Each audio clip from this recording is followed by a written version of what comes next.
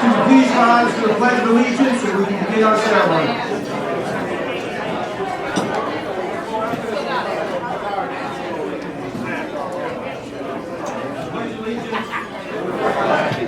United States of America, and to the republic for which it stands, one nation, under God, indivisible, with liberty and justice for all. Please remain standing for the invocation.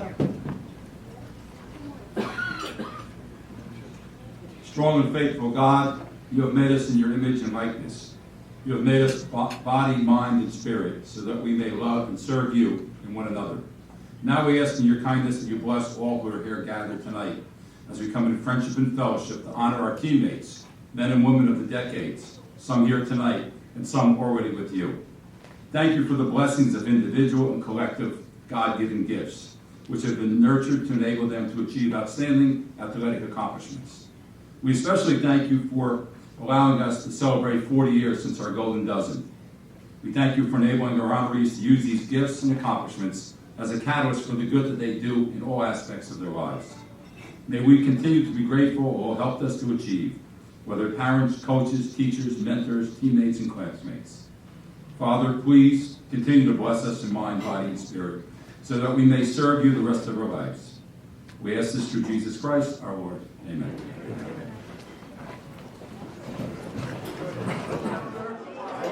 Moved a little bit faster. Had a lot more friends amongst us. Unfortunately, some have moved on.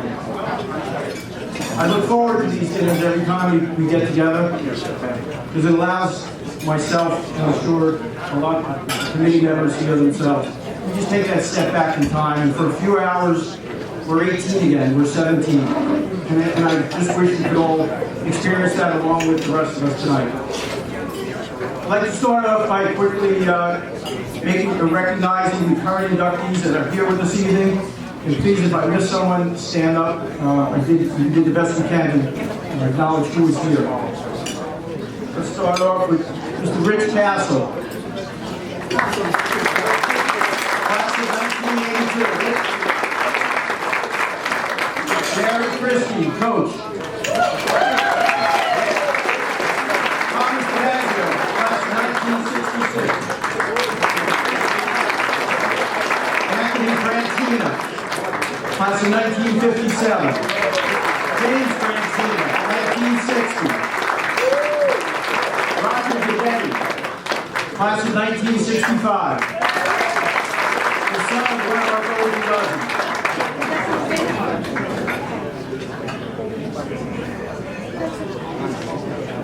Rick Murray, class of 1970.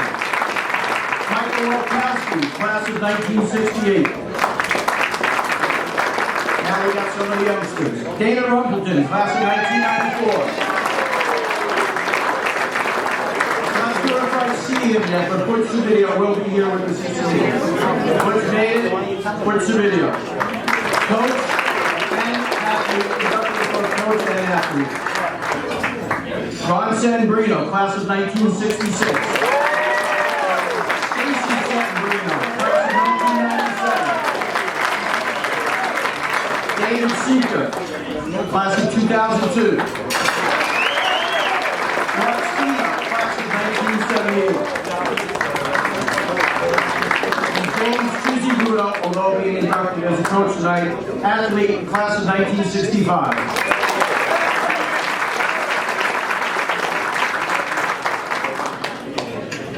I'd like to introduce our committee members. We'll start off with Dr. James Greeno, who is our founder of the Hall of Fame. Mark Dallas, Hall of Fame inductee. Richard Brest, Steve Fitzgerald, also a Hall of Fame inductee. Thomas Schubert, Patrick Garfield, and Jeff Brannigan, who's not with us this evening.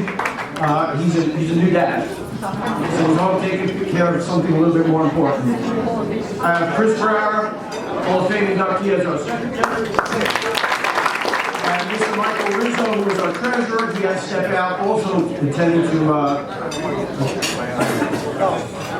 talent show. He has a parent who's at a talent show. He will be joining us though shortly. He had to go take care of his family business. like to recognize a few dignitaries we have with us this evening. We have Mr. Anthony Greco, our superintendent of schools. Laura Bruno, principal of Lyndhurst High School. And Frank Denisi, assistant vice president. And we have commissioners Tom DiMaggio and John Monticello.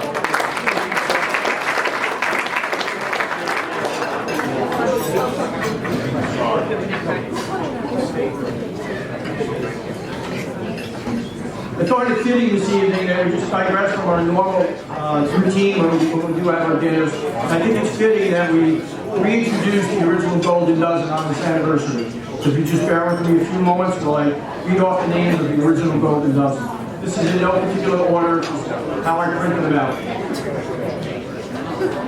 Coach Ed Olson, Tom Longo, Conrad Montserrat, Caesar Guidetti, Eddie Burke, Charlie Klopp, Michael Durensis, Harry Bud Osinga, Bobby Walsh, Chet Clayman, Lionel Ted Shoebridge, and Bobby White.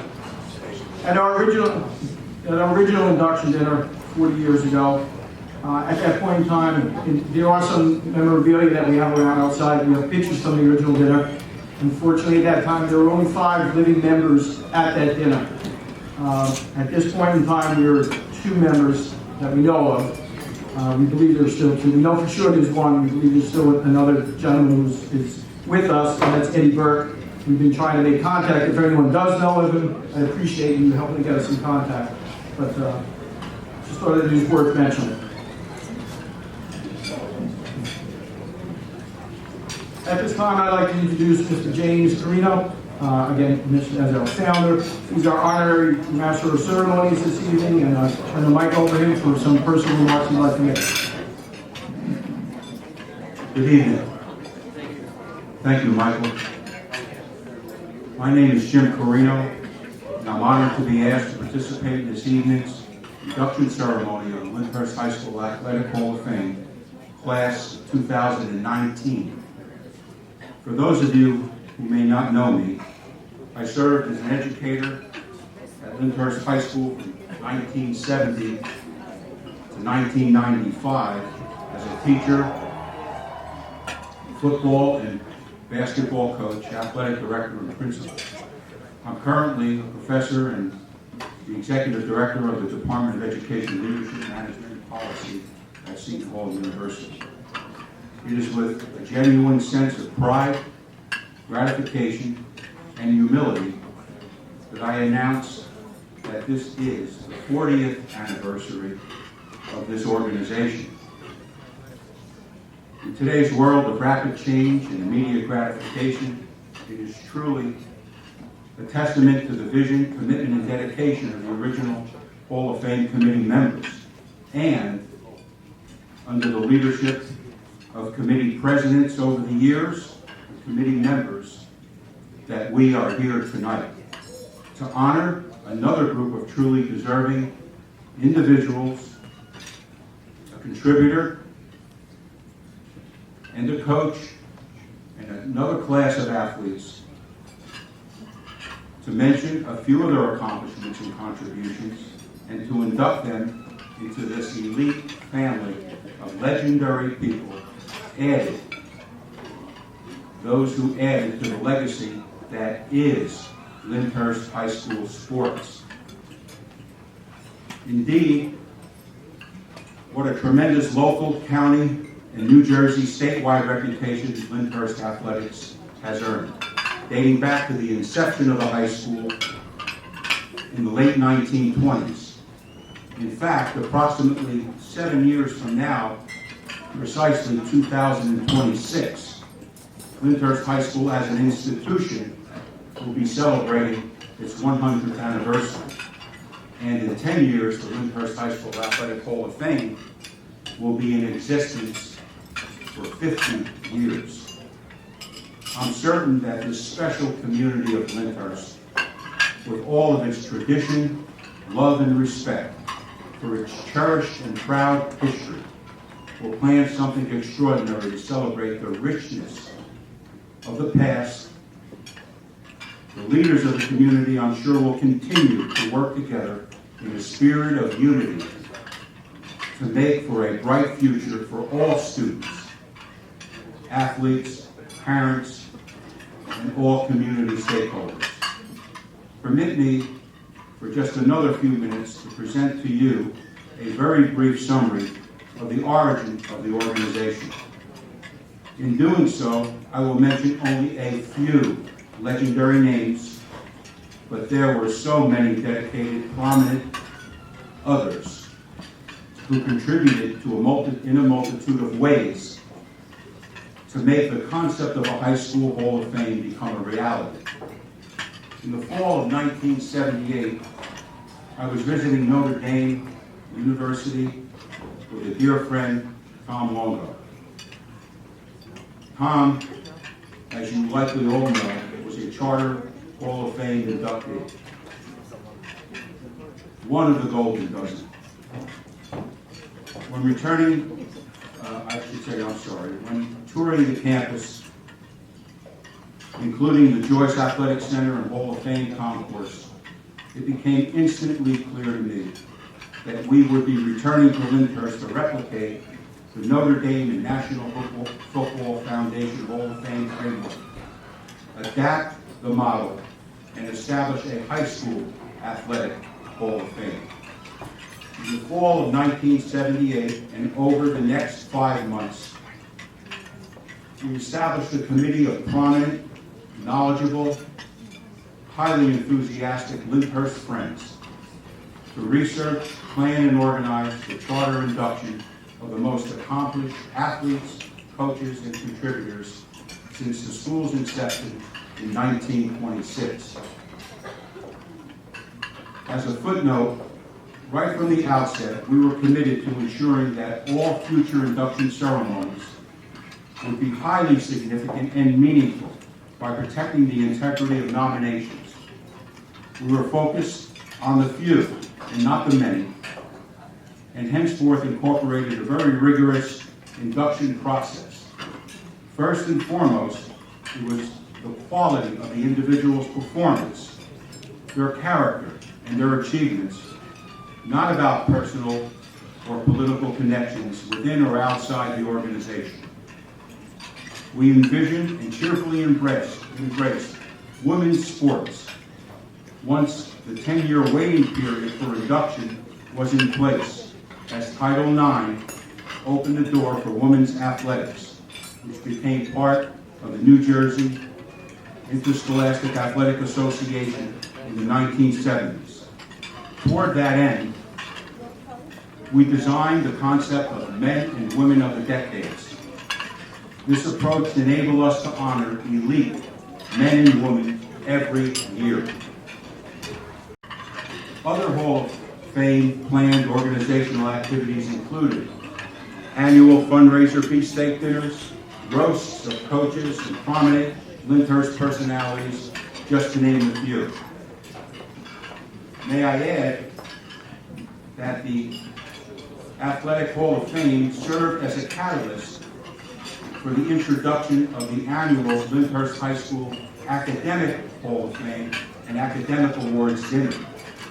Dating back to the 1980s, I and members of the original committee shared our Hall of Fame bylaws and program details at the New Jersey State Director of Athletic Association and the New Jersey State Interscholastic Athletic Association conferences and workshops throughout the state. It was my understanding just this past few weeks that there are nearly 585 school districts in New Jersey, and there are now approximately 350 high school halls of fame. A tremendous debt of gratitude is due to those original committee members, and most deservedly so. And for every president and every committee member over the past 40 years, the Hall of Fame Committee has demonstrated that one of the primary goals was for this organization to be sustainable for years and decades to come. Due to the unselfishness of those, including the current president, Michael DeMarco, and his committee, that goal continues to be achieved. With foresight and focus, this committee and others who wish to volunteer their time to this endeavor, this organization and the Lyndhurst High School community will be able to honor deserving athletes, coaches, and contributors for years ahead, so that all may celebrate a half-century of service in just 10 years from now. In closing, I respectfully ask you to join with me in extending a heartfelt post-mortem thank you to the founding members of the Lyndhurst Athletic Hall of Fame Committee.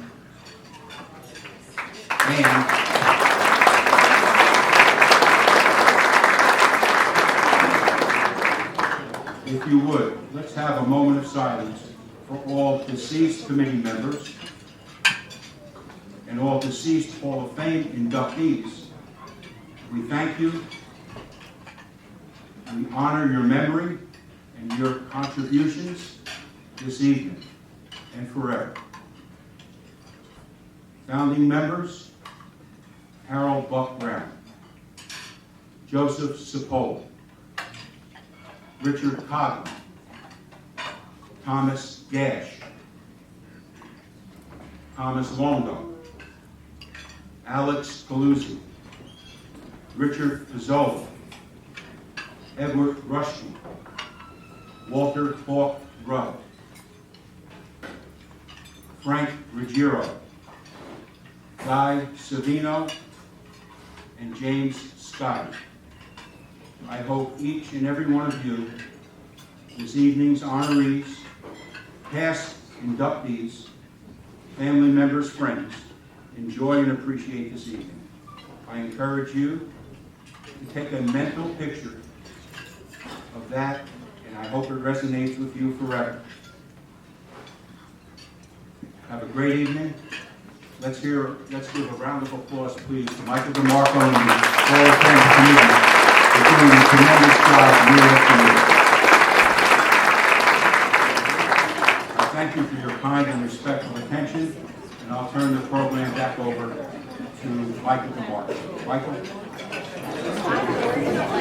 Our first inductee excelled in football and track and field, earning 3 varsity letters for football, 3 for indoor track, and 3 for outdoor track. As a track standout sprinter and hurdler, he was and will be forever known as the Blonde Jet. I couldn't resist. In football, he played right halfback and safety alongside Hall of Fame inductees Tom Longo, Bill Monacera, and James Franchina on teams that captured 3 state sectional championships. In his junior year, he had 45 carries for 325 yards, averaging 7.1 yards per carry. He had 17 receptions for 488 yards, averaging 28.7 yards per catch, and 7 touchdowns. For this, he's recognized with honorable mention All-League for St. Valley Conference. And each time we have these ceremonies, we make sure to mention that back at that time, at the St. Valley Conference, Lyndhurst was in with the Cliftons and a lot of bigger schools that far outnumbered us when it came to size, but certainly not when it came to competition on the field. As a senior, he had 57 carries for 300 yards, averaging 5.2 yards per carry. 10 receptions for 200 yards, averaging 20.9 yards per catch, and 2 touchdowns. He was named 13 All-League against the St. Valley Conference. One of his most memorable moments was being on the receiving end of a 50-yard touchdown pass from Tom Longo. It is important to note that he earned these statistics while sharing the spotlight with the legendary names that I mentioned above. So he may not always be the person out front, but he was certainly there right behind all those that were making those accomplishments all at the same time. Our inductee is a resident of his hometown, has 3 grandchildren, and is accompanied tonight by his 2 daughters, Jean and Diane. At this time, it gives me great pleasure to submit the names of Al Bloom for induction into Lyndhurst High School Athletic Hall of Fame.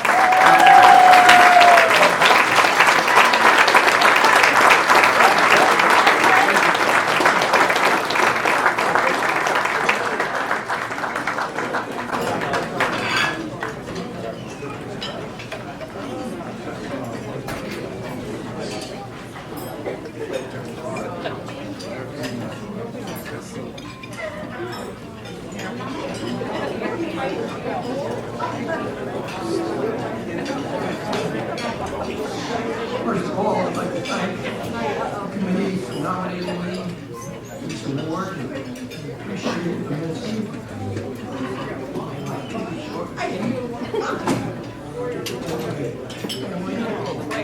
Friends, here, and the ones we lost. Thank you again.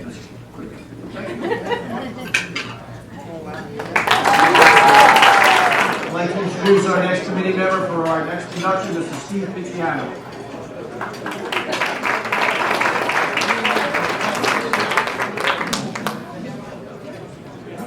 Thank you. And congratulations to our new inductees, our past inductees, Dr. Carino, all the past committee members, present members, and especially our charter members in Golden Dozen and their families. We thank you. Happy 40th anniversary.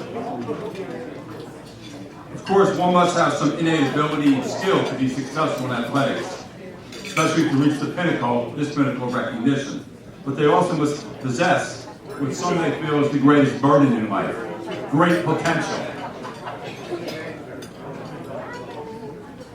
As we all know, no one becomes successful just with potential. Successful individuals need that potential to be nurtured. They need to be coached. They need the teachers to help them succeed. They also have to have the insatiable desire to succeed, the unparalleled work ethic, and yes, intelligence. The athlete I present to you possessed great potential, but could have been overlooked because of his physical stature. What made him stand taller than his 5'6" and 150-pound frame was that he had those intangibles, along with great leadership skills. He set high goals and worked to achieve them. He had intensity, he was dedicated, and self-discipline, and he persevered through adversity. That combination would enable him to become the outstanding and extremely versatile athlete that he was. As a basketball player, he was aggressive, he was consistent, and he was fearless. A very important characteristic, since he usually matched up against somebody who was 5 or 6 or maybe a foot taller than him on the basketball court. Seems like that was the challenge in 1969 and 70 for the entire teams. But he was undaunted and played with passion, always striving to win against sometimes insurmountable odds. He averaged about 10 points per game, and perhaps he was undaunted because he's a winner. A famous sports psychologist, Dennis Waitley, in a book entitled The Power of Winning, said, "Winners believe in their work in advance of their performance. They prepare to win. They think like winners. They look like winners. They believe they are winners right down to the smallest detail. But they are humble and gracious." And that our inductee was. During the 69 and 70 football seasons, one of the captains, our inductee, along with teammates, some who were here as Hall of Famers, were faced with turning around a team that was 0-9 the year before. With his leadership, they began a renaissance of the football program at LHS as they achieved the 6-3 season. He rushed the ball a lot. He scored a few touchdowns. On defense, he was tenacious. He had 3 fumble recoveries, 4 pass interceptions. As consistent as tough as a basketball and football player, his stars shined brightest in 2 other areas. One was the baseball diamond. In fact, another Hall of Famer who was here tonight, Rick Murray, said, "There's no doubt that he was a great player and deserves to be in the Hall of Fame. He was the quintessential athlete. He could do anything." Our inductee played on 3 consecutive PBC championship teams. He was the captain of the 1970 state championship team. As a junior, he split his playing time between catching and pitching on a team that included Hall of Famers Al Dawson, Tom Mulheisen, Rick Murray, and other legendary players. It's interesting to note that he played arguably the two most demanding positions in baseball, those that usually carried the most responsibility and required the best leadership skills, catching and pitching. He truly embraced the responsibility. He may not have been the best athlete on that team, but he was the most valuable person on that team. And that comes directly from his teammates. As a junior, he earned the following accolades. First team catcher, all PVC conference. Second team catcher, all groups, all Bergen County. Second team catcher, all state, group 3. As a senior, his stars was even brighter. He was once again a position he embraced. He was expected to be the ace of the pitching staff, along with Eddie Krause. This position again carried a lot of pressure. He was following in the footsteps of arguably one of the best players ever in Lyndhurst and possibly in the state at that time, Al Dawson, who had graduated and went on to play in the Los Angeles Dodgers organization. Our inductee's infectious smile, his outgoing, humble personality was unaffected. And once he again embraced the challenge at hand, he made the uncommon commitment that allows ordinary people to produce extraordinary success. He was the co-captain, a pitcher and catcher, led the Golden Bears to their 3rd consecutive PVC championship, and earned the following accolades. All Passaic Valley first team pitcher, second team catcher, all groups, all Bergen County, the Bergen record, second team catcher and pitcher on the area all groups Herald News. This was Morris, Essex, Passaic, and Bergen County.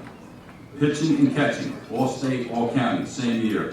First team pitcher, all Bergen County Daily News, where he was honored on the field at Yankee Stadium with the very best athletes in the area. When asked what his most significant individual accomplishment was, he immediately deferred to his teammates and quickly answered, our team winning the state championship. You would expect nothing but that answer from him. His next most impressive thing was winning a 2-hitter a few hours after having 2 wisdom teeth removed. As Rick Murray said, he was the quintessential player. Humble answers to someone who led his team to a championship with a 9-2 record, an earned run average of .45. That means he gave up less than 3 or 4 runs the entire year. He pitched 3 one-hitters, 1 no-hitter, and came within 1 walk of that being a perfect game. He walked 1 guy, struck out 15, but picked off the guy that got the walk. So he definitely is a great position. I mentioned that as his stars shine brightest in 2 areas. The second was a leader and someone who cared about others. Besides being the captain of 3 teams, earning 8 varsity letters, he was an outstanding student and leader, involved in multiple extracurricular activities, including student government, where he served as president. His personality enabled him to lead without being boastful or self-serving.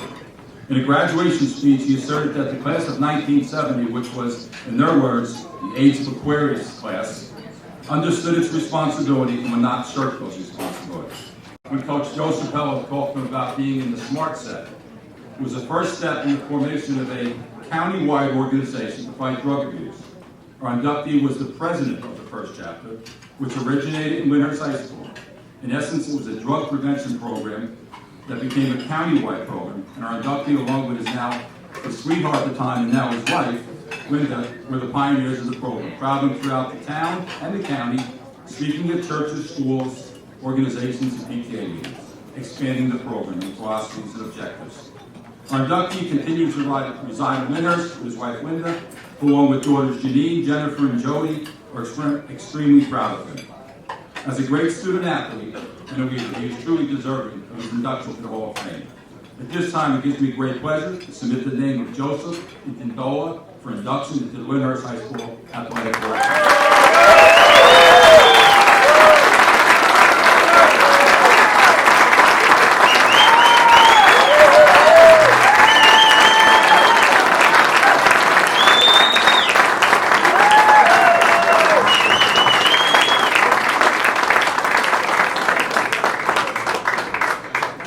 One other comment Rick Murray said to say, no sweat to Joe, something about his hair.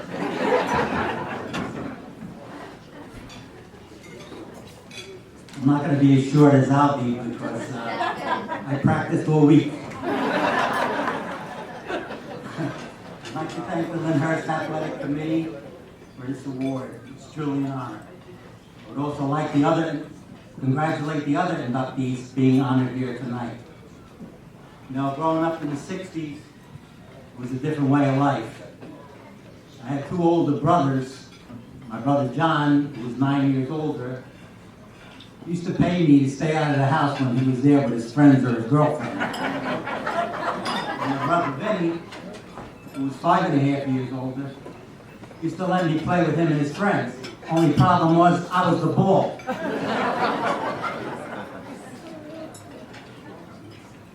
In the summers, all we did was go up to Roosevelt School and play sports all day. My mother never cared if I even came home. I can barely remember what I ate for dinner yesterday, but I had a lot of fond memories of my coaches and my teammates from Lyndhurst High School. I see out in the audience the very first coach I had when I got to Lyndhurst High School. Mr. Perusa was my football coach when I was a freshman, along with Mr. Barkett. And I'd like to acknowledge Mr. Perusa. I also remember playing baseball for Coach Ruggiero, and when we went to away games, he used to give everybody on the bus to Hershey Park. I guess he thought that would give us some energy.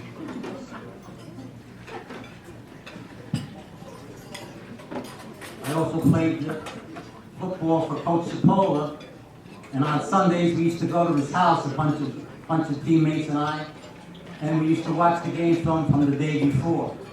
I also played for Coach Gaida and Coach Hunsaker basketball. We didn't win too many games, but it was a good way to stay in shape for baseball. And Steve called me to give me the good news about being inducted. He asked me if I had any newspaper clippings or articles or anything. I told him my wife saved every article, every newspaper, every picture, anything that was ever printed about me, and I gave him 2 big bucks to look through to get the information that he had tonight. I'd like to thank my wife, my 3 daughters, and my grandchildren. And I hope one of them becomes an athlete someday. There's something else I'd like to say. There's some women at table 19 who were really good athletes in school. But they couldn't play, they didn't have organized sports for women then. They only had it for girls. And I'd like to give them a round of applause because they were some of the best athletes we ever had.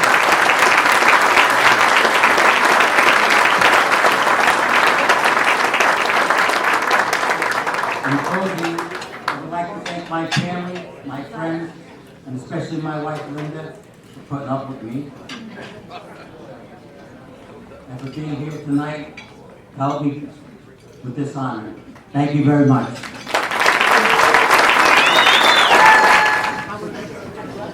Our next presenter is Mr. Christopher Howard.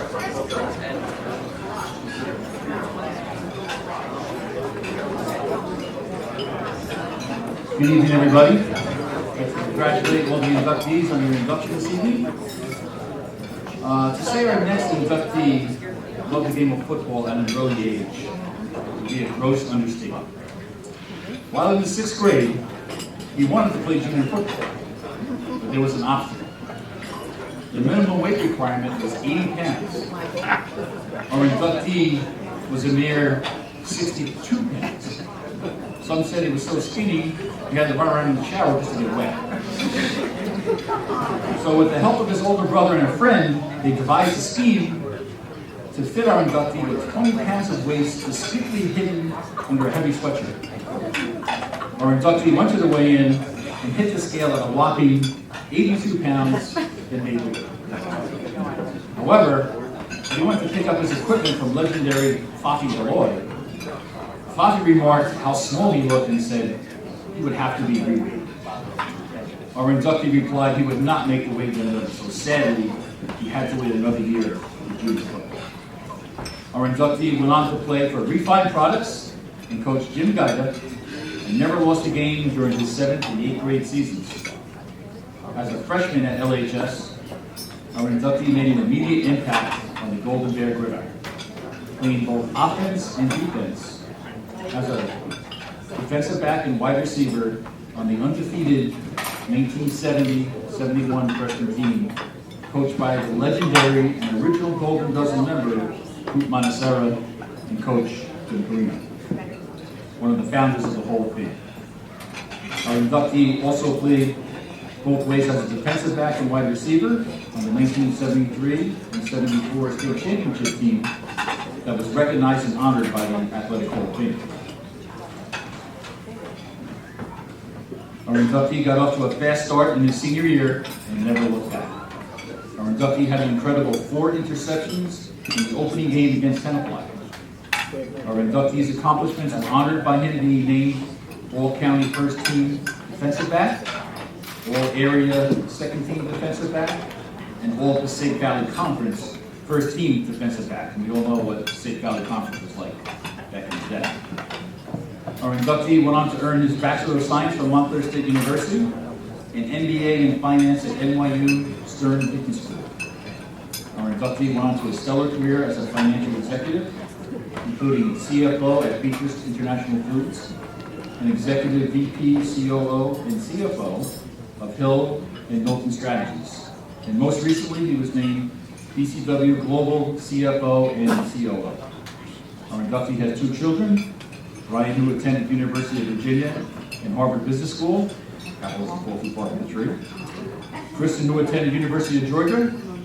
Our inductee also has 3 grandchildren, Hayden, Robert, Tripp, and Delaney. At this time, it gives me great pleasure to submit the name of Mark Thorne for induction into Lyndhurst High School.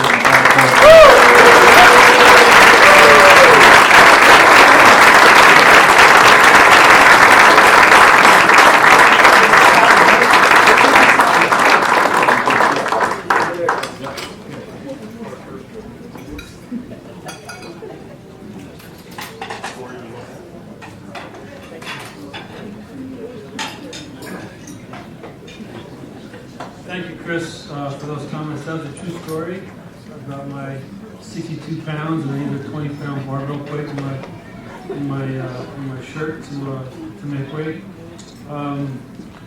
Giorgio, I'm glad you talked a little bit more than our first. You've been practicing for weeks. I've been practicing for a couple of years. So I've got a lot to say, but not really. I want to thank the Hall of Fame committee for this honor. To say I'm over the moon on this is an understatement. I'm so proud of this. Be part of a select group that includes such legends as Joseph Pola, Tommy Longo, Teddy Shoebridge, Coop Monacera is very special to me and not lost on me. How big this is for all of us tonight. During my high school career, I was fortunate to play under some very good coaches and mentors. Initially Jimmy Carino, Coop Monacera, my freshman year, and then Joseph Pola, Don Cavalli, and Arnie Perone in my senior and junior years. And also Mayor Jim Gaida, former Mayor Jim Gaida, who referred to before as Refined Products. A lot of people in this room played for Jim Gaida and Refined Products. That was a dynasty back then. In my 2 years, we never even scored upon the 2 years, so it was quite remarkable. Joseph Pola had his trademark cigarette in his mouth. Don Cavalli had his sunglasses. Arnie Perone had his shorts and his Buccolini on, no matter what the weather was. You know, he was playing live football with us the whole time. Cavalli wanted to pass every down. Perone wanted to run, and Joseph Pola had to figure out what to do. And Jimmy Carino, fresh out of Trenton State back then, as a quarterback at Trenton State, he brought to Lyndhurst High School low spikes. At that point in time, we were all wearing high spikes, black, high, ugly spikes. Jimmy came in the essence of coolness with his high white sock and his low spike. Those coaches had a lot of an impact on me in terms of who I am today. I'm thankful for that. The 73-74 team, our state championship team, was an amazing team. It was so good. Anybody on that team could be standing here instead of me. It really was a team. It wasn't so much the end result being state champs. It was about the journey. It was about the brotherhood of triple sessions, which are a thing of the past. No hydration back then. We were not having water.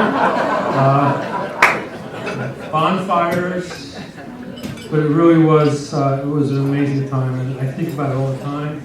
I can't remember what I had for lunch last week, but I can probably remember almost every play of my senior year on the football field. I don't want to slight anybody tonight, but I do want to just take some time to mention some of my senior teammates who I shared that journey with on our state championship team. That was Frank Bruno, Joe Cartrazzola, Charlie Reuter, John Gingerelli. John Gingerelli and Reuter are part of the Hall of Fame already. Danny Morfino, Malcolm McPherson, the late Joe Barbalacqua. We had four all first team Bergen County defensive players my senior year, 4 out of 11. And that will probably never happen again. I don't know how Joseph Pollock got that through, but he did, but that's amazing. 4 out of 11 on one team. My high school experience is a big part of who I am today. My somewhat success in business I can attribute to the hard work that I learned in playing football, preparation, organization, and teamwork. I just want to say that I'm thrilled to be part of this esteemed group, the Hall of Fame. I'd like to thank my family and friends for being here tonight. They mean a lot to me, and especially my family who's always there for me. So again, this is a big honor for me. And I could not be more proud to be part of this group. So thank you so much, and God bless. Our next inductee is the winner's class of 1984. With many honors in his career as a basketball player, he played for, in my eyes, legendary coach Jim Carino, who turned the Lyndhurst program around from something to do in the winter to a state championship, league championship, and receiving many honors for our basketball program. Our next inductee played for Coach Carino for 3 years, was a major part of those successes. Here are 3 varsity letters in basketball. He co-captained the 1983-84 BCSL National League Championship team and led the team to a league 16-2 record. And also, that team had an overall record of 20-5, which at the time was only the 3rd 20-win season in Lyndhurst High School history. The team was seeded 3rd in the Bergen County Jamboree, which only accepts the top 16 teams in the entire county. Truly a great honor for the program. He scored 467 points as a senior, averaging 18.6 points per game without the benefit of the three-point line. In 1984, these 467 points were the second highest point total for one season in LHS history. In 1984, he was 12th on the all-time scoring list in LHS history and 8th all-time in season average. He shot 68% from the field and 73% from the foul line. He had 8 20-point games. He was voted the #1 player in the league by the league coaches and received first team all BCSL national honors in 1984. Voted to the first team all Bergen County team, where they only picked 10 players. Is that correct, Coach? They picked 10 players in the entire county for first team all league, and he was selected. He was voted to the Herald News all area second team, which Coach pointed out is a 4-county selection. He was selected to the Star Ledger All-State Group 2 third team. He was voted the South Bergenite Player of the Year in 1984. He is the recipient of the Brian Piccolo Award in 1984. As a sophomore, he received a varsity letter on the 1981-82 team that won the state sectional championship and the league championship, captained by our own Rich Dutch Castle. At this time, it grieves me a great deal of pleasure to submit the name of Robert Schifano for induction into the Lyndhurst High School Athletic Hall of Fame.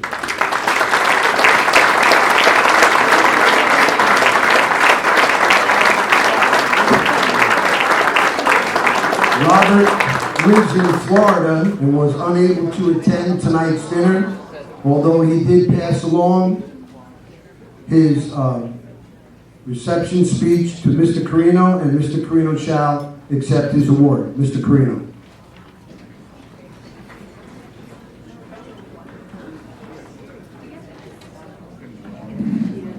Tom mentioned my name on a couple of occasions, but I don't know if many of you know this, but Tom was an assistant coach in basketball.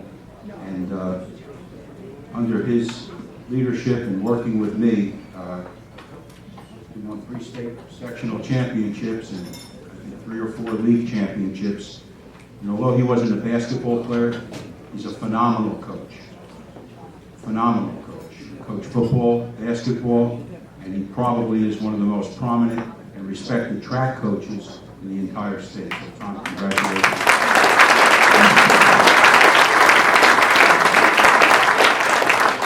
Robert sent this letter to the committee, and I'll read it in his absence. I'd like to start off by saying thank you to the Hall of Fame committee for voting me into the Lyndhurst High School Athletic Hall of Fame. Unfortunately, due to previously scheduled travel plans, I'll be out of the country on vacation and will not be able to celebrate this great honor along with my fellow 2019 inductees. My induction represents the 3rd member of the Schifano family to be inducted into the Hall of Fame, joining my brother George and sister Barbara, both former great athletes. For those that know the Schifano family well, including the many volunteer projects completed by our late father, Angelo, for the school and the Board of Education, we would like to think that we have represented the township and Lyndhurst High School well through the years. In addition, there is no bigger or better ambassador for Lyndhurst High School than my brother George Schifano. I would like to thank any member that might be in attendance tonight from our 1984 graduating class and championship basketball team. And then he mentions Coach Hubridge and myself. As a self-proclaimed basketball junkie growing up, basketball was all I ever thought about. Growing up with 3 older brothers, learning to play the game in my backyard on Fern Avenue. Playing in the heat, the rain, the snow, the ice, basketball was a game I simply loved. Playing against 3 talented brothers and close friends, it enabled me to become the player that I was eventually able to become at Lyndhurst High School. I mentioned earlier that I have now become the 3rd member of the family to be inducted. Ironically, however, my brother Gerard, who was likely the best overall athlete in our family, played as a quarterback for the football team, catcher for the baseball team, and star basketball player. Had it not been for a devastating knee injury in basketball during his junior year that hampered his athletic abilities, there's no doubt that he would be the 4th Schifano to be inducted into the Hall of Fame. Again, I'd like to thank Michael DeMarco, Tom Schubert, Jim Carino, and the Hall of Fame Induction Committee for this great honor, and congratulate my fellow inductees in the class of 2019. I wish you all have a great evening. God bless. All right. And next inductee. Our next inductee. Never scored a touchdown. Never scored a certain amount of points in the game. And never broke the school record. For 20 years, he was a driving force behind the scenes in the athletic department of Lyndhurst. Our inductee was responsible and assisted in getting the green light for our athletics to participate. He was the high school nurse from 1996 until 2010. You had to communicate back and forth with coaches, parents, doctors, and had to make sure every athlete's athletic physical was up to date every single year. This is a daunting task. After she retired, she continued to volunteer in this role. Our inductee also served on the Athletic Booster Club for 11 years and 9 years as the president. She was responsible for planning and running fundraisers, setting up game workers for football concession stands, and planning the award dinner. She did all of this in order to make our students athletes to receive scholarships and receive varsity jackets.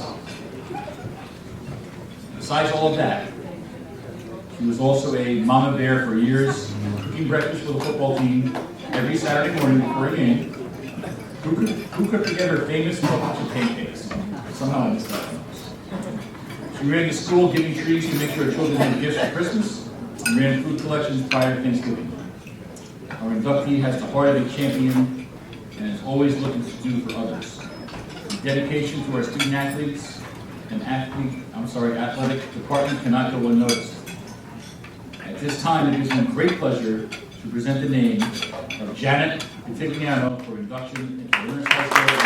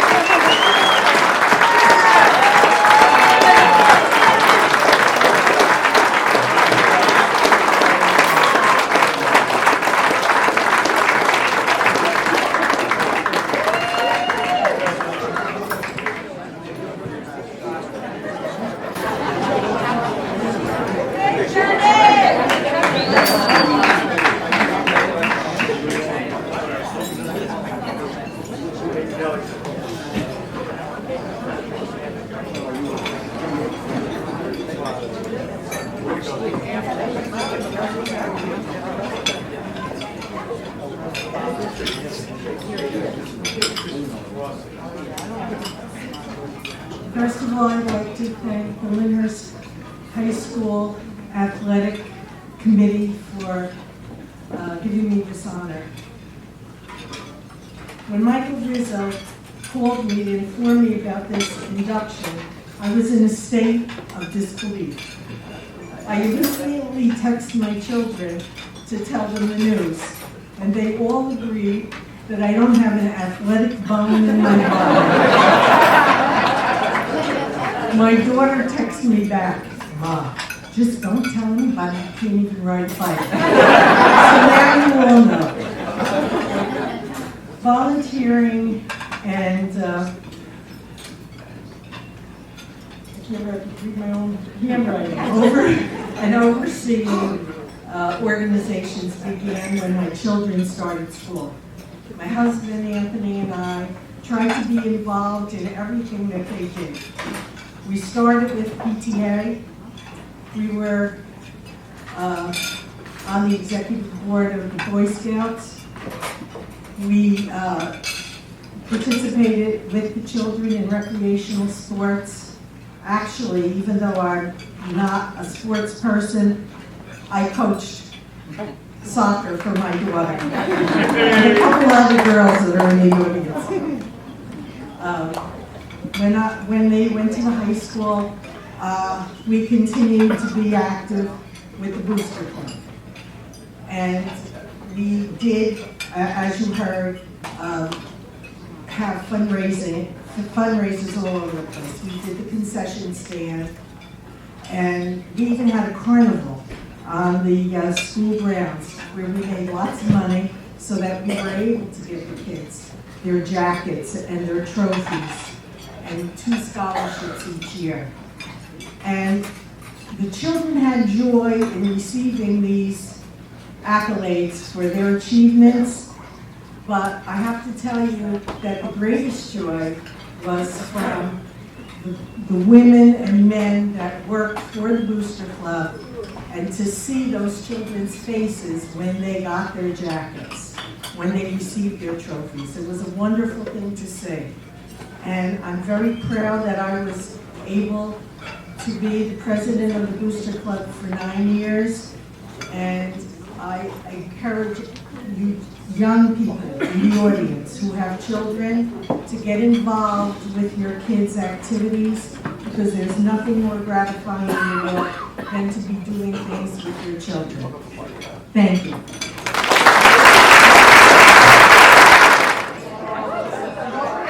Good evening. Our next inductee is from the class of 1995. It's an honor to induct our next candidate into the Hall of Fame. We first met 35 years ago in the Lyndhurst Junior Wrestling Program and have been friends and teammates since. This candidate was one of the best wrestlers to ever step on the mat in Lyndhurst. He finished his career with a record of 99 wins, 18 losses, and 1 tie. Those 99 wins put him in the top 5 all time at Lyndhurst. Wrestling is a sport where you usually don't see a lot of freshmen have success.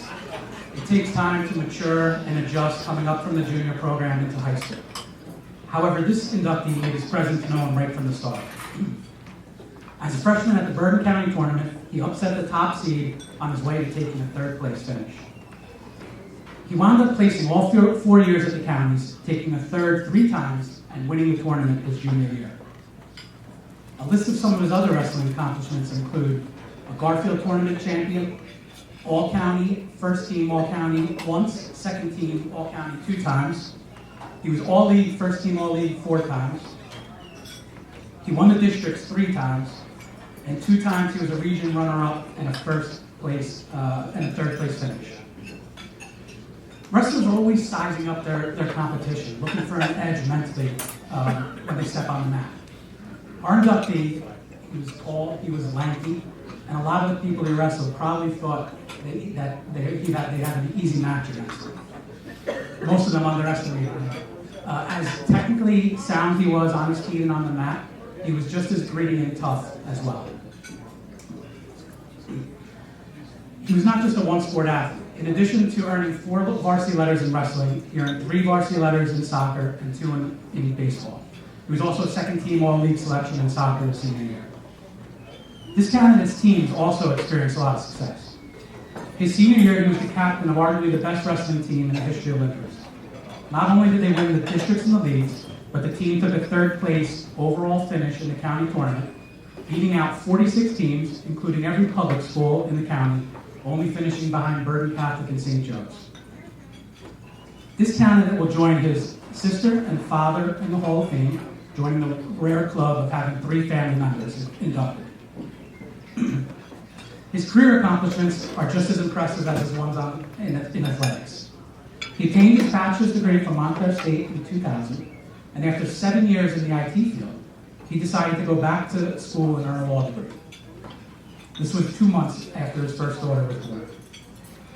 He's a 2014 graduate of New York Law School and is currently a labor and employment attorney with the law firm Drinkle, Biddle & Reef in Florham Park. His achievements and success are a testament to his discipline, hard work, and support from his family. Our inductee resides in Ocean with his wife Mindy, his daughters Ella and Ava, and his son Anthony. At this time, it gives me great pleasure to submit the name of Greg Settembrino for induction to the Lyndhurst High School Athletic Hall of Fame.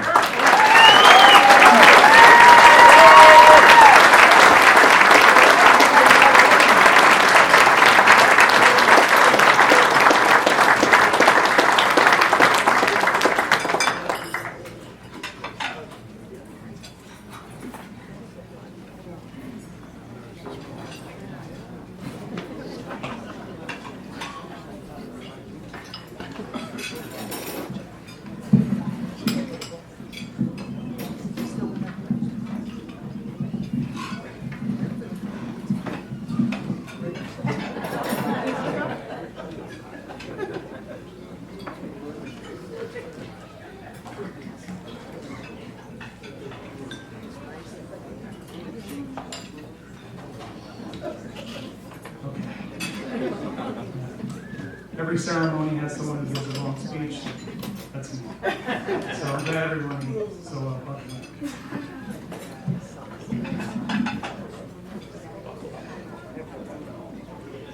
Thank you, Mark, for the introduction. This is a special day for me, and it is a privilege to be here. I would like to thank everyone who came out to attend this wonderful event. It's an honor to be inducted into the Lyndhurst Athletic Hall of Fame, and I truly appreciate the committee selecting me. I am honored and humbled by it. I also want to congratulate the other inductees. It's an honor to be inducted with such an accomplished group. I grew up playing sports in Lyndhurst. For as long as I can remember, it's what I did. Jay Verona was my first soccer team. When I started wrestling, Timmy O'Neill ran the youth program. In Little League, I played for Savinos, coached by my father and Mr. Charlie Carroll.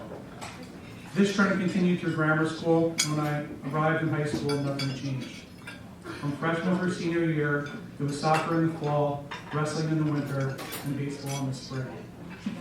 As a freshman, I played center field and batted .500 under Coach Alan Frank. We had a good team, but the highlight of our season took place at field floor during a random practice. While throwing batting practice, Mr. Frank threw a pitch to our catcher and then turned to give instructions to our first baseman. Unbeknownst to Mr. Frank, who was still facing first base, our catcher threw the ball back to him. Next thing you know, Mr. Frank is on the ground motionless. Eventually, he raises his hand to his head, sits up, and starts yelling at our catcher, who was inconsolable for the next 10 minutes. We all laughed hysterically from relief that we didn't see our catcher accidentally kill our baseball. As a sophomore, I played JV for Mr. Sabella. I had him for freshman history, and he was my favorite teacher. When I found out he coached the JV team, I was thrilled. We had another good year, a lot of fun, and I had a lot of good fortune of hitting .367 and being called a communist by Mr. Sabella all season long. Sadly, my baseball career quickly went downhill from there. Junior, senior year, I played varsity. It didn't matter much because I never figured out how to hit a breaking ball. On the bright side, though, I could still run down fly balls with the best of them, which is something I always loved to do since childhood. Occasionally, I would pepper Mr. Savidio to let me pitch. He would say no, and I would go on. I would tell him how I pitched for PBA and Babe Ruth, and how I sometimes pitched in Little League. He would respond to me by saying, "You used to hit home runs in Little League, too." Besides that, I know I got a game-winning hit against North Arlington, and I'll always remember playing against Emerson. Rizzo was our catcher, and the biggest fan of our wrestling team. He would be in the stands during the wrestling matches, and any time Lyndhurst wrestler had someone on their back, Rizzo would just stand up and yell, "Finish him." It was great, but back to Emerson. When the Emerson wrestlers who lost to Lyndhurst guys got up to bat, Rizzo would heckle them. He would say things like, "Eric, right? Isn't your name Eric? You see that kid in right field? He beat you 4-3. Do you remember that?" Yes, we do. And that's why he made first team All-County and you did. I played soccer for Coach Fox and Coach Arada. During freshman year, we played a JV tournament towards the end of the season, and I scored the most beautiful diving header off an Alex Seeger corner kick that you've ever seen. I mean, parallel to the ground. Coach Arada happened to be watching from the sideline, and he went nuts. That play single-handedly got me onto the varsity team next year, where I had the privilege of playing with Tony Allo, who's had 20 goals and 20 assists that year. As a junior, we had a really good team that went out in the county and state tournaments. The highlight of that season for me was Ty and Cardin, who were number 4 in the state, 0-0 at their place. The rub was we should have won. Mark Badish drove a shot from 20 yards out off the crossbar that went straight down over the line and came back out, no goal. No video review back then. Senior year, I couldn't wait for our soccer season to come around. It was summer of '94 and the World Cup was being held in the United States. We played pickup soccer every day before the field. We had a good team and I was excited for the chance to play striker. We had a good season overall, but my favorite memory from that season was scoring and assisting in a 4-2 win over North Arlington under the lights. I wrestled for Coach Weaver, Hughes, Pritzloff, and Martin, and our coaching staff was all in. Coach Martin and Pritzloff were great motivators and teachers and genuinely cared about all of us. Coach Hughes was a master technician. In practice, he used to sit down on his butt and challenge us to score a takedown on him. No one ever could. Coach Weaver's philosophy was to outwork and be better conditioned than everyone else. He would push us every day beyond where we thought we could go. During conditioning, I would be begging to hear, "Roll them up," which meant practice was over. And when it ended, you always felt a sense of accomplishment for getting through it. This is where I learned the value of hard work. Mental toughness and how to grind. Coach Weaver also approached each match as if it were a game of chess. He had every possible move planned out on paper, depending on whether we won or lost a coin toss, which, with our skeleton crew team, usually meant the difference between winning or losing a match. In every aspect of life, preparation is everything. And watching Coach Weaver prepare for a match is one of the ways I learned that. As a freshman, I wrestled 103, and we went to the Pascack Hills tournament to start the season. I ended up being the only one on the team to win the tournament. Monday comes around and we're back in practice. The end of practice arrives and it's time to roll up the match. Coach Weaver says, "Seti, go take a seat on the side over there, take your shoes off, and relax." He turns to face the rest of the team who are sitting there exhausted. Then he starts getting into the team about our poor performance at the tournament. He opens with, "A freshman." A freshman comes in, it's his first time wrestling for the team, and he's the only one who wins. A freshman. Guess what, fellas? Champions don't roll up mats. Nope, champions don't roll up mats. Get up and get rolling, steady, relax, because champions don't roll up mats. I couldn't believe what was happening. It was like an out-of-body experience. I thought to myself, why is he doing this to me? I didn't ask for this, and there were only 4 kids in my weight class. I'm thinking, besides Mark, who I've known forever, these guys are going to hate me. Well, that's not what happened. Guys like Jim Flory, Sean Siertanano, and John Montillo embraced me and took me to hang out with them and the other juniors and seniors, which is not common when you're a freshman. During sophomore year, our team won the District 15 wrestling title over Hasbrook Heights, only we didn't learn that until 3 months later. The overall team points were miscalculated, and we ended up winning outright by 1 point. We were ultimately crowned co-champions because Hasbrook Heights had already ordered their jackets. Junior year is where our wrestling program really got going. We got a new flux of freshman talent with Donnie Pritzloff, Dave Battis, my brother, and Freddie Gachavinci. We were almost able to fill a lineup and ultimately repeated as District 15 champs. Mark was our captain and our only senior. During soccer season, we weighed close to 200 pounds, but managed to drop 40 pounds to wrestle at 160. Mark was everything a captain should be. He kept a low profile, had an incredible work ethic, and led by example. We had wrestled together since we were kids.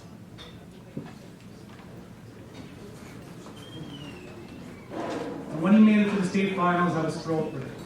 We all were. Mark finished runner-up in the state tournament, losing 16-9. It was an unbelievable accomplishment. Even more unbelievable, though, is that it turns out years later we learned that the kid he lost to in the finals wasn't a kid at all. Turns out he was in his 20s at that time and lied about his age. As I understand it, at some point Mark was offered the gold medal, but turned it down. True story. That year we also got a glimpse of what was yet to come. Donnie made a run in the state tournament and finished 5th as a freshman. My senior year, everyone except Mark was back. Joe Montillo and I captained the team. Juniors Tony DiMaggio and Bill Chirpez were starting to come into their own. And our star-studded sophomores now had a year of experience under their belt. Like the year before, Donnie was my drill partner in practice. When he was a freshman and I was a junior, we wrestled 3 matches in practice where I won 1, he won 1, and we tied 1. It really was a coin flip. My senior year, though, this changed. It became immediately clear to me that the days of competing with Donnie were over. In fact, I was lucky to get a takedown in practice. When I occasionally did, he punished me afterwards for scoring on him. But thankfully, there was Dave. Dave Battis wrestled live with me and Donnie, and at the end of every practice, his quirkiness and lighthearted personality rounded out the dynamic of our group. He was a breath of fresh air in an often super competitive environment among longtime friends who wrestled with each other since they were kids. When I look back at my senior year, 2 things really stand out. First, I'll always remember my brother ripping through the 100-pound weight class at the Bergen County tournament and dominating his way in the finals, becoming a county champion. Second, I'll always remember Donnie's first state championship. Right before the final started that year, Joe Montillo and I made our way to the rafters of the Atlantic City Convention Center to watch Donnie. Donnie was wrestling Bob Hansen from Buena. The two had met in the States the year before, and Hansen beat Donnie about 8-1. During the final introductions, when the two met out at the center of the mat to shake hands, Donnie said that Hansen smiled at him. I was fully aware that Donnie had wrestled Hansen the year before and it did not go well for him, and I wasn't very confident that Donnie would win and thought that a second place finish for him would be incredible.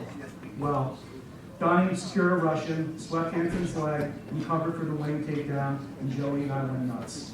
We were in hysterics. Joey ended up swallowing his chewing tobacco, and we sprinted down to the convention center floor to find Donnie and congratulate him. Unsurprisingly, many years later, Donnie will be awarded the key to Lyndhurst in honor of all his accomplishments. At this time, I would like to thank my family. First, I would like to thank my wife, Mindy. Mindy and I met 20 years ago this week and are coming up on our 12th wedding anniversary. We are the proud parents of 3 beautiful children, Ella, who is here tonight, Anthony, and Ava. When I think of my wife, 3 words come to mind: gift, lucky, and selfless.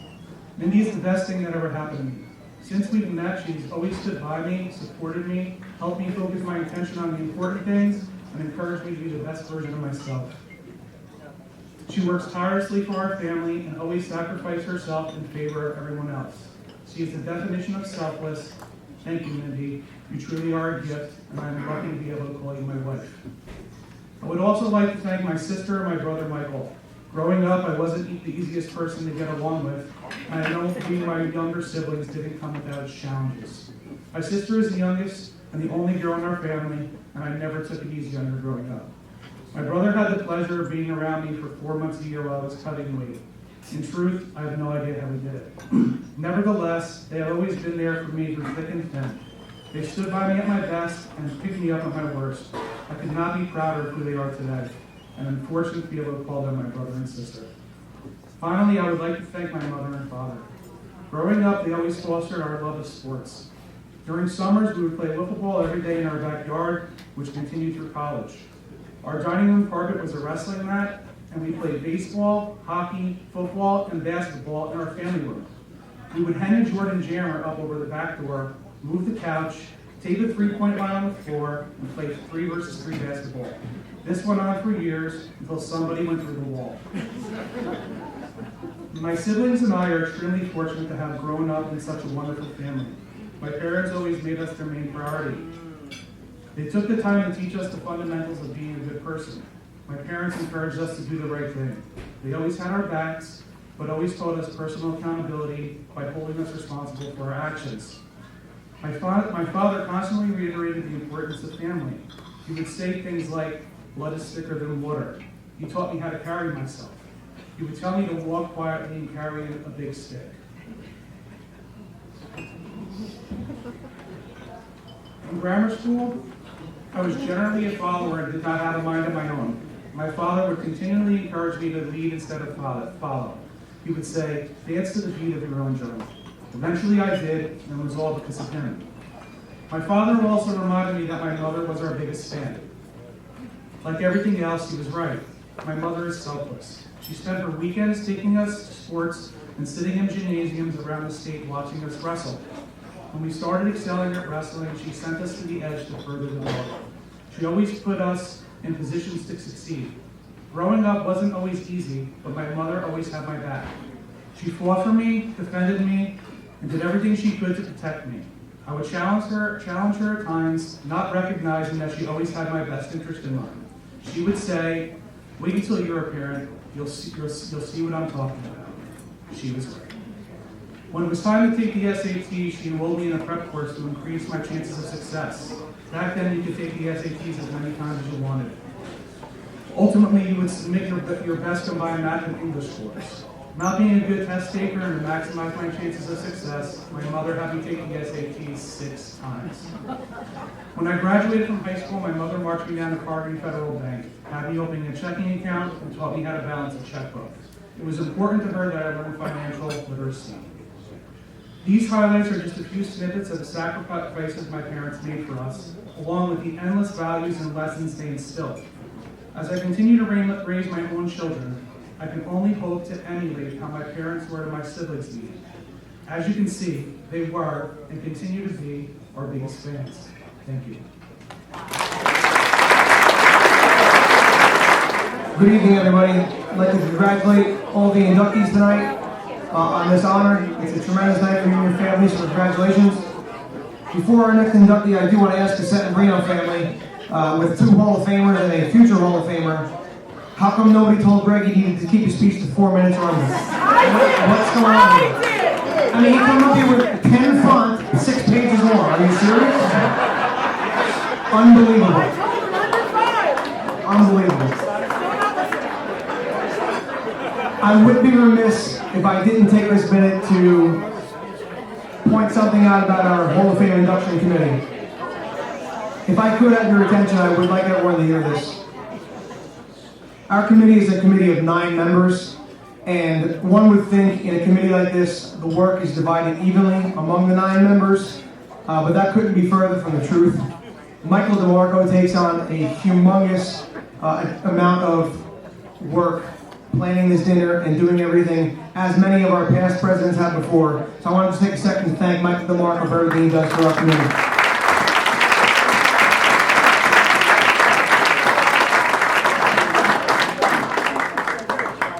Our next inductee is a member of the class of 1996 and was an outstanding soccer player. During her career, our inductee earned 4 varsity letters in soccer. While our inductee was primarily a soccer player during her years at Lyndhurst High School, she did earn a varsity letter in track as a freshman and was a part of the mile relay team that earned first team All-League recognition in the BCSL National. As on the soccer field, our inductee was a 4-year varsity starter on the girls soccer team that won 3 consecutive championships from 1993 to 1995. Her defense and ability to play the entire field made her invaluable to her team. Our inductee had the task of anchoring the defense for those 3 years. During that time period, the defense posted over 30 shutouts and had 2 different goalies named to first team All-League. As a junior, our inductee was named first team All-League BCSL National, second team All-Area in the Herald and News, and second team All-Bergen County by the Bergen County Coaches Association. As a senior, our inductee moved to center midfield so that she could have greater impact on both sides of the field. She was again named first team All-BCSL National. That season, she scored 8 goals, 4 of which were game winners, and had 8 assists. Our inductee was the captain of the Golden Bears and let her vocal leadership as well as her ability on the field to back up her performance. Our inductee played all 4 years under Hall of Fame coach Lori DeLuca. Though Coach DeLuca couldn't be here this evening, I would like to share some thoughts that she had on our inductee. I would like to be one of the first to congratulate our inductee on her induction into the 2019 Lyndhurst High School Athletic Hall of Fame. You are more than deserving of this honor. You are one of the most dedicated athletes I have ever met in the sport of soccer. Your toughness and knowledge of the sport helped your teams finish as 3-peat champions. Athletes like you are hard to find, and it was a pleasure to have coached you. I would like to put a shout out to your dad, who is always teaching and helping make everyone better on the team. Congratulations to your family. Our inductee has been a health and physics teacher in the Belleville School District for the past 18 years and is currently the head girls soccer coach. Her 2 biggest fans are always her mom Millie and her dad Bill. And I'm sure the constant harassment and encouragement from her older brother, who is a fellow inductee this evening, played a role in her development into one of the best female soccer players in Lyndhurst High School history. Our inductee is the proud mom of her 2 daughters Hayden and Emerson and her son Colton, who are here tonight, as well as her proud husband Tim. I was a lucky person to have had a front row seat to this truly amazing soccer career, and that's why at this time it gives me a great deal of pleasure to present the name Beth Ann Hibbets for induction into the Lyndhurst High School Athletic Hall of Fame.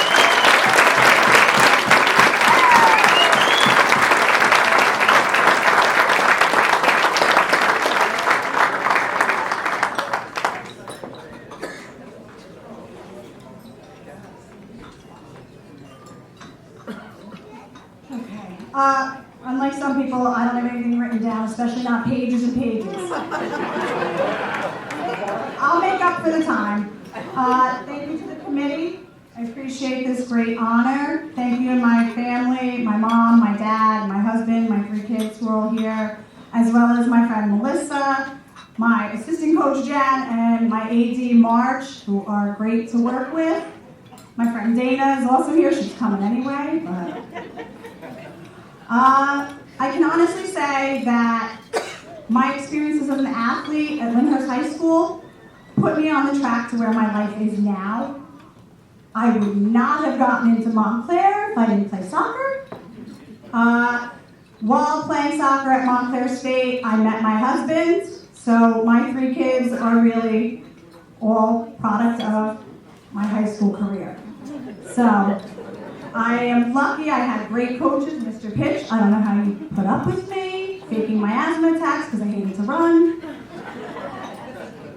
Coach DeLuca, who couldn't be here, was great. She was a first-year coach our first year in when I was a freshman. So it was great to have those 4 years with her and be that first class that went all the way through with her. It was truly an honor. I'm going to cut it short and be done so that we can, I have kids to get to bed, so. Thank you so much, I appreciate it.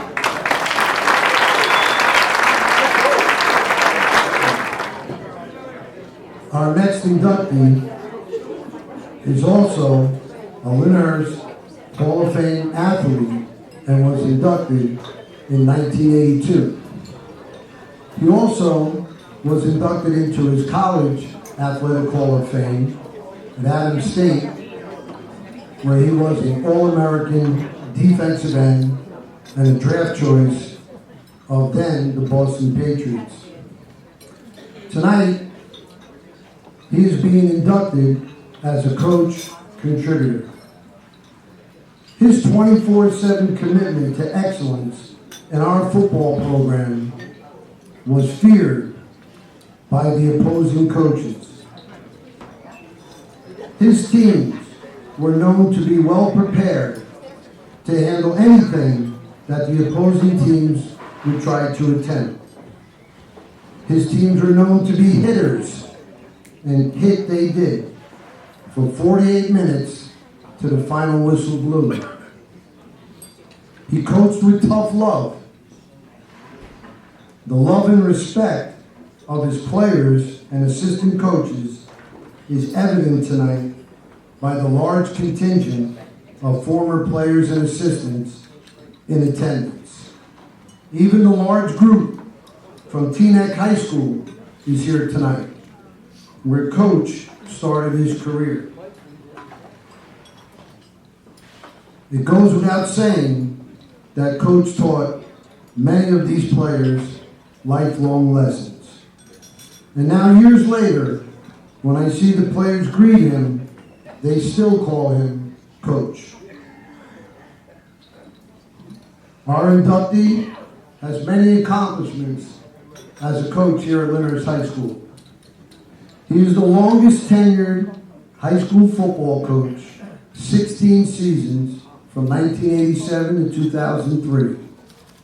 His 13 winning seasons is the most for any Lyndhurst High School head football coach. His 88 victories, most of any Lyndhurst High School head football coach.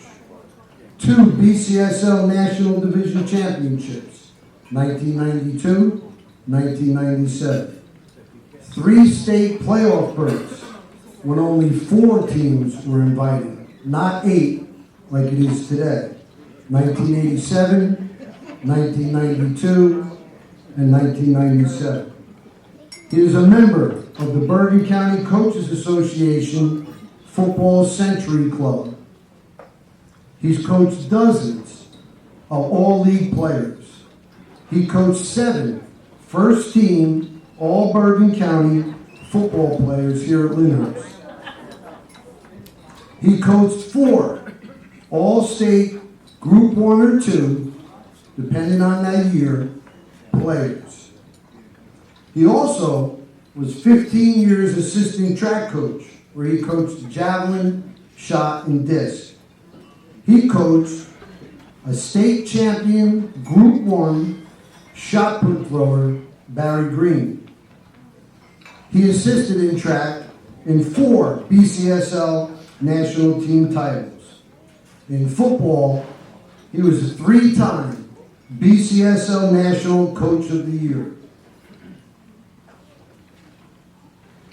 But this is not where it ends on the football field. Through Coach's vision, he is responsible for the many additions to the Lyndhurst High School football program and all athletics, such as he spearheaded donations and the construction and the vision to create the Lyndhurst High School state-of-the-art field house, second to none in the state of New Jersey. Also the field turf and the all-weather track. He was also instrumental in having lights constructed on the practice field so that, fellas, do you remember the white football under the light from the street?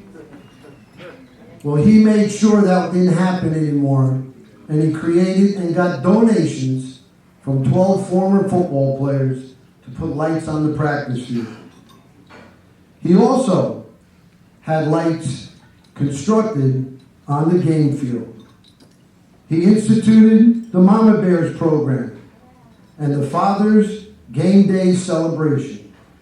He was instrumental in acquiring donations from such companies as Nike, Champion, Antigua, and Apex to outfit the football team in new equipment and uniforms, saving our Board of Education thousands of dollars, which then could have been used for other athletics. These are just a few of the contributions that was made by our inductee. Our inductee is a retired teacher of TNET for 40 years, where he also coached football and many other sports. Coach lives in Lyndhurst with his high school sweetheart, his wife Linda, of 53 years. They have 2 daughters, outstanding athletes in their own right. Jamie, who is a special ed teacher in Lyndhurst and former Lyndhurst soccer and track coach, and his daughter, Laura, who is our high school principal. He has 2 great sons-in-laws that are here tonight, John and Mike. He has 5 grandchildren, James, Jalen, Rihanna, Rocco, and Michael. He is also joined tonight by his brother Frank, a great athlete in his own right, and also a past president of our committee.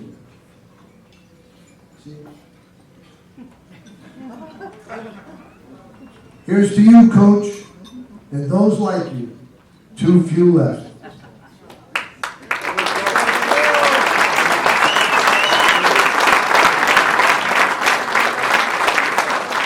At this time, it gives me a great deal of pleasure to submit the name of James Chizzy Bruno for induction to Lyndhurst High School Athletic Hall of Fame.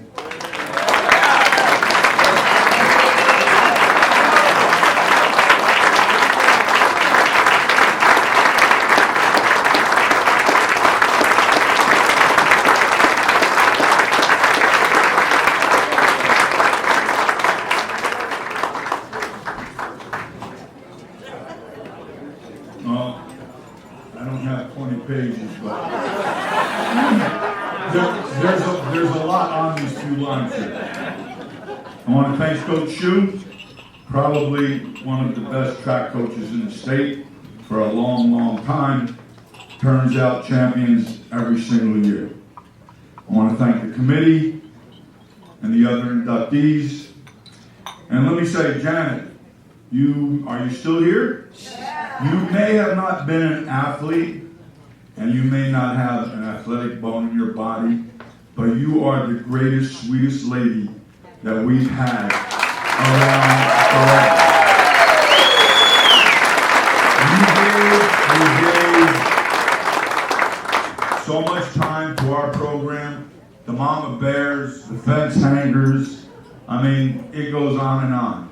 And I personally, I want to thank you because you made my life a lot easier for those years.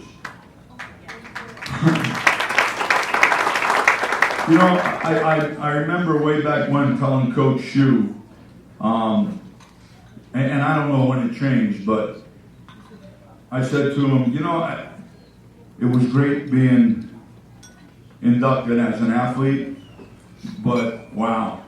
And I don't know if he remembers this, but I said it would mean a hell of a lot more getting inducted as a coach. And at that time, I don't know, I guess you couldn't do both, and I don't know who changed it, but if it was you, Mike, well, thank you, because this is probably one of the greatest honors I could receive coming back to my hometown. And believe me, and I'm going to talk about them, you're going to have to excuse me, but those guys from Teaneck, you know, everyone had special people in their lives. And I'd like you guys to stand up. Teaneck guys, stand up. These gentlemen here, they were so special.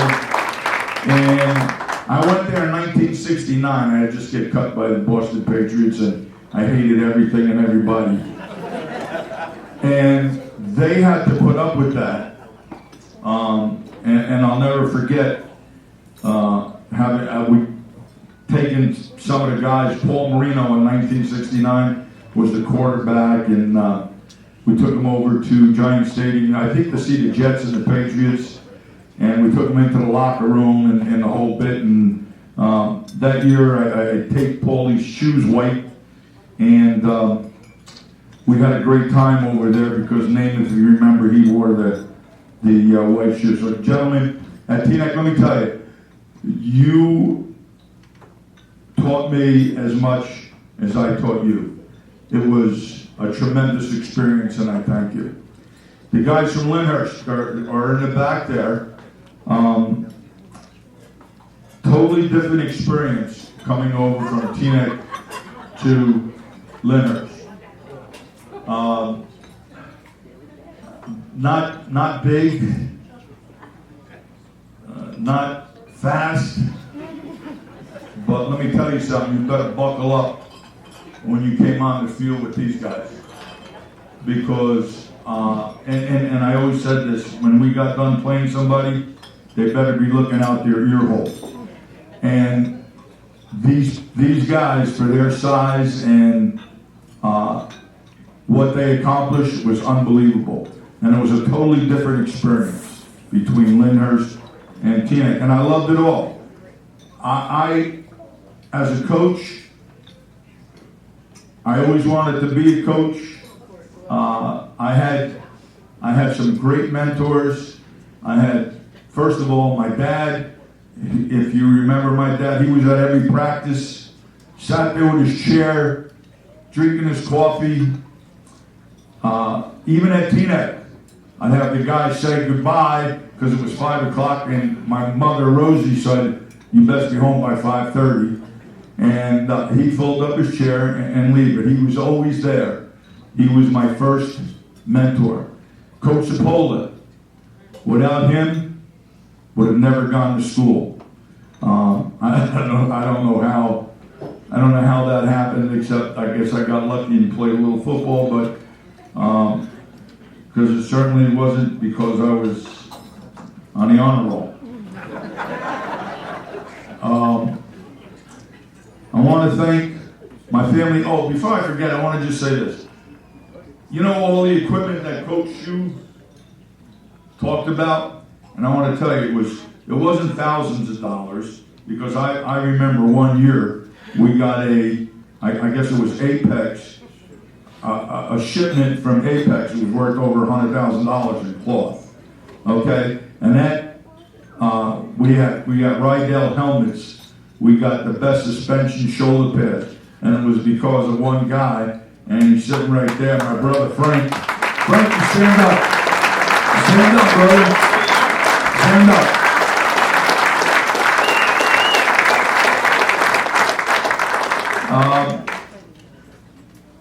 Now, as all the years have gone, and the best thing that happens is when you see guys come back after all these years, and I'm talking about the Lyndhurst guys, the Teaneck guys, and they still call you coach. I mean, I had Paul Marino back in 1969. He's my lawyer. And I'm 72, he's 68. There's not a whole lot of difference. And when these guys come back and still call you coach, it means a great deal. My grandkids, my wife, that poor lady, she put up with me for 53 years. And that's 53 years that we were married. We went out 6 years before that. So she deserves a big medal.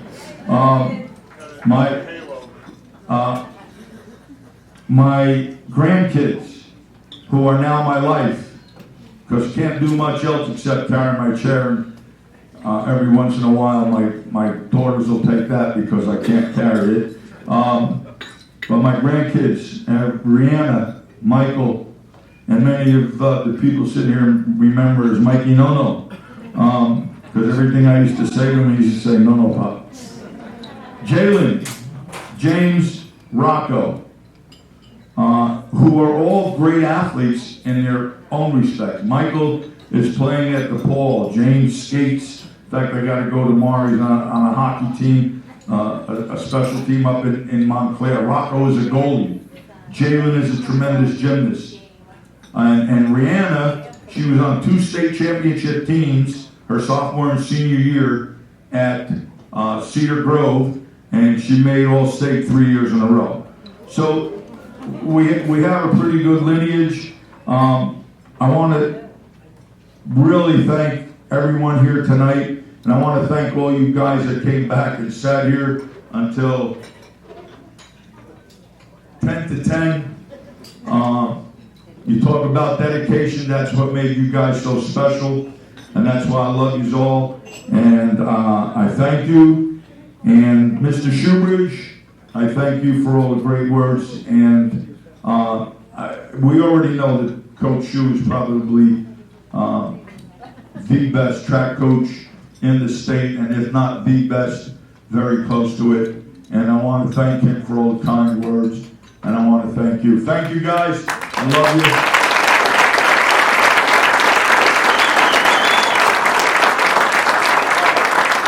And one more thing, Jackie.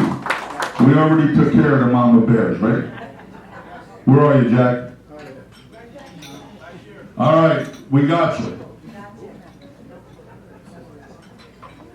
Oh, yes, very good. One more thing. One more thing. Yes, 72 years old. You know what? All the players are out there. My original coaching staff from Lyndhurst is here tonight. All the other 3 guys that made all of this possible. All the wins we had, all the sacrifices made. Scott Weaver, please stand up. Big Frank Tunisia, please stand up. And Coach Schubert, please stand up. These are the 3 guys that made it all possible. Thank you. I just want to take a quick second to congratulate Coach Vuno, who is a man that I played for 3 years on varsity football. And Coach Vuno, you are someone who helped shape me into the man that I am today, so thank you very much for that. As you've touched so many other football players. I want to just let everyone know one thing, that in the 3 years I played for him as a varsity football player, every Friday night before our games, he would give us a huge speech in the auditorium. And I would sit there with my watch and time every single speech. And the speech he just gave was by far the shortest speech I've ever heard him give. So thank you for that, Coach.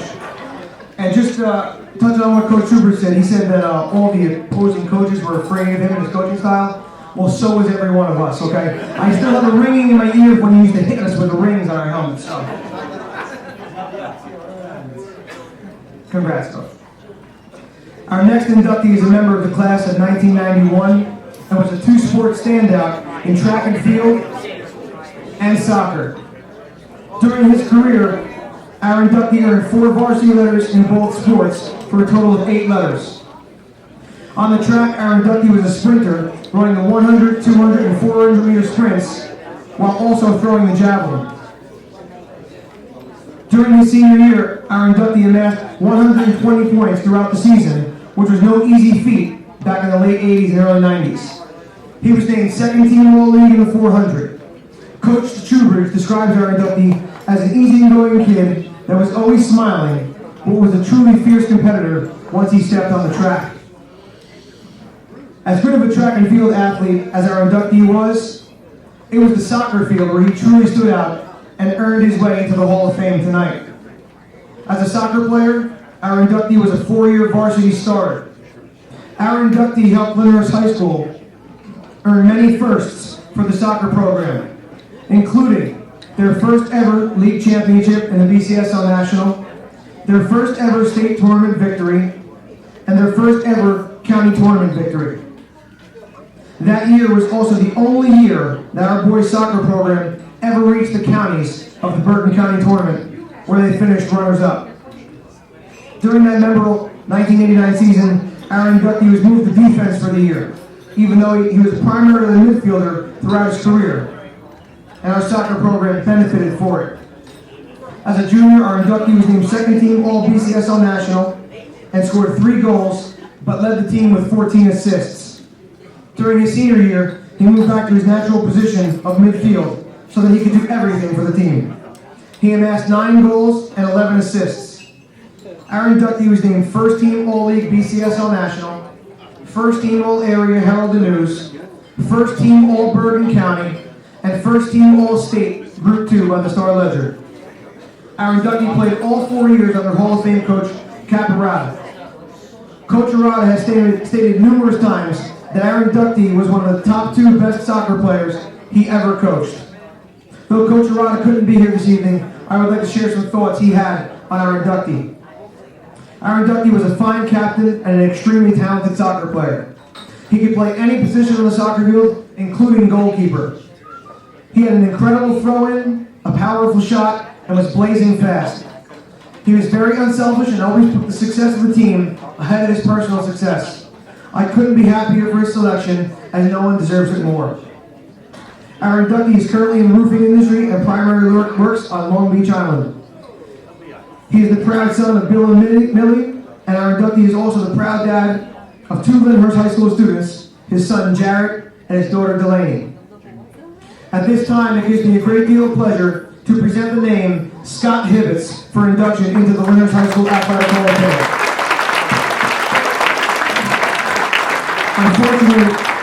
Unfortunately, Scott could not be here this evening as he had a wedding to attend. However, here to receive his award is his sister and fellow inductee, Beth Ann Hibbets.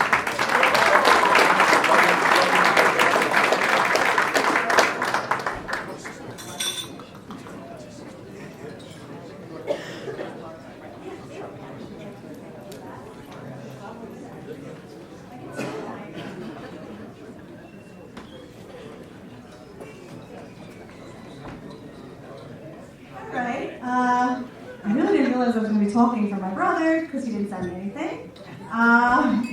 Again, thank you for this tremendous honor on his behalf.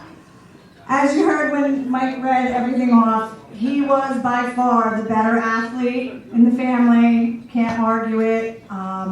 Phenomenal, tough act to follow on the field.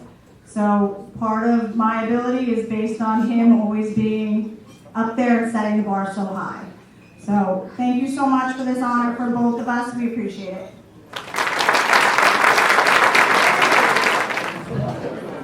Good evening. I would also like to congratulate all our inductees tonight, and a very special congratulations to Coach Bruno. Just like Michael said before, you know, Coach really shaped all of his former players' lives and has done so much for me, and I just want to thank you, Coach, and I love you. Our next inductee is the member of the class of 2009 and was a dominant athlete during the late 2000s. Our inductee earned 7 varsity letters from 2005 to 2009, 3 in basketball and 4 in baseball under legendary Hall of Fame coach Frank Butch Servideo. On the basketball court, our inductee was a 3-year starter and a team captain in his senior year.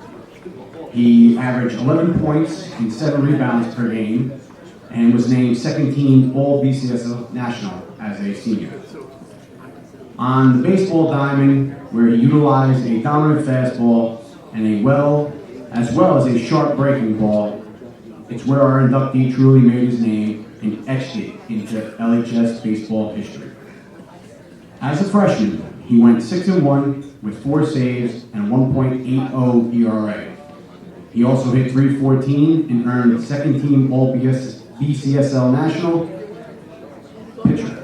As a sophomore, he was 6-4 with 2 saves, 107 strikeouts, and a 1.62 ERA, hitting .326 en route to earning first-team All-BCSL National and first-team All-Area pitcher. Now to his junior year, where he took it to a whole other level. He compiled a 10-1 record with 1 save, 121 strikeouts, and a 0.91 ERA.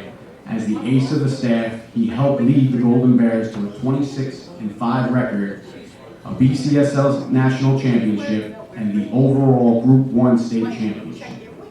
Now, one of the biggest moments of our inductee that year he will be remembered for was at the plate, not on the mound. In the Group 1 North Championship game, trailing 3-2 against Park Ridge, in the bottom of the 11th inning, our inductee stepped up to the plate with 1 runner on and 2 outs to hit a walk-off home run to send the Golden Bears to Tom's River to play for the overall Group 1 championship game. In that championship game, our inductee pitched and dominated a very good Robbinsville team to earn the win in a 7-3 victory. That year, he earned first-team All-BCSL National, first-team All-Area, first-team All-Bergen County, and first-team All-State, All-Groups pitcher. In his senior year, the dominance just continued. He finished that year with a 9-1 record, 2 saves, 109 strikeouts, and a 0.49 ERA.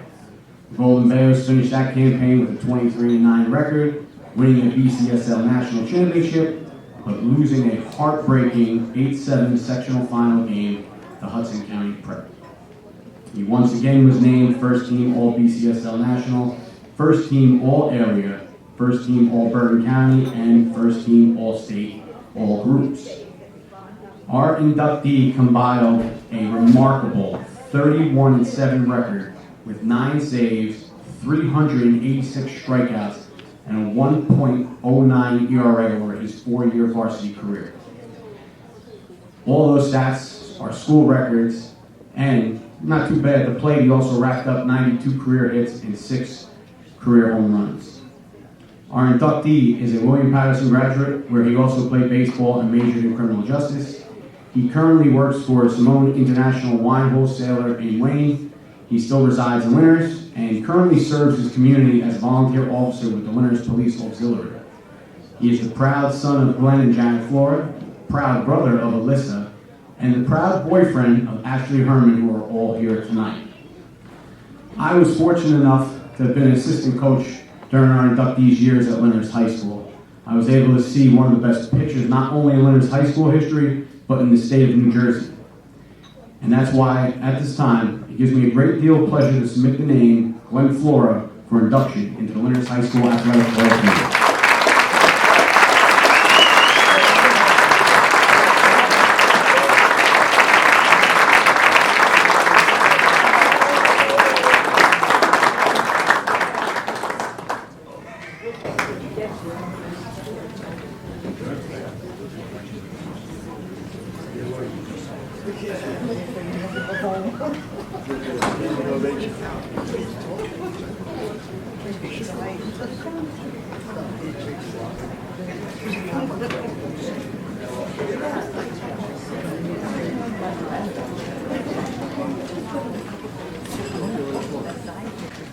I don't know who's longer, Al's or Greg's. So I'm going to try to keep it somewhere in between.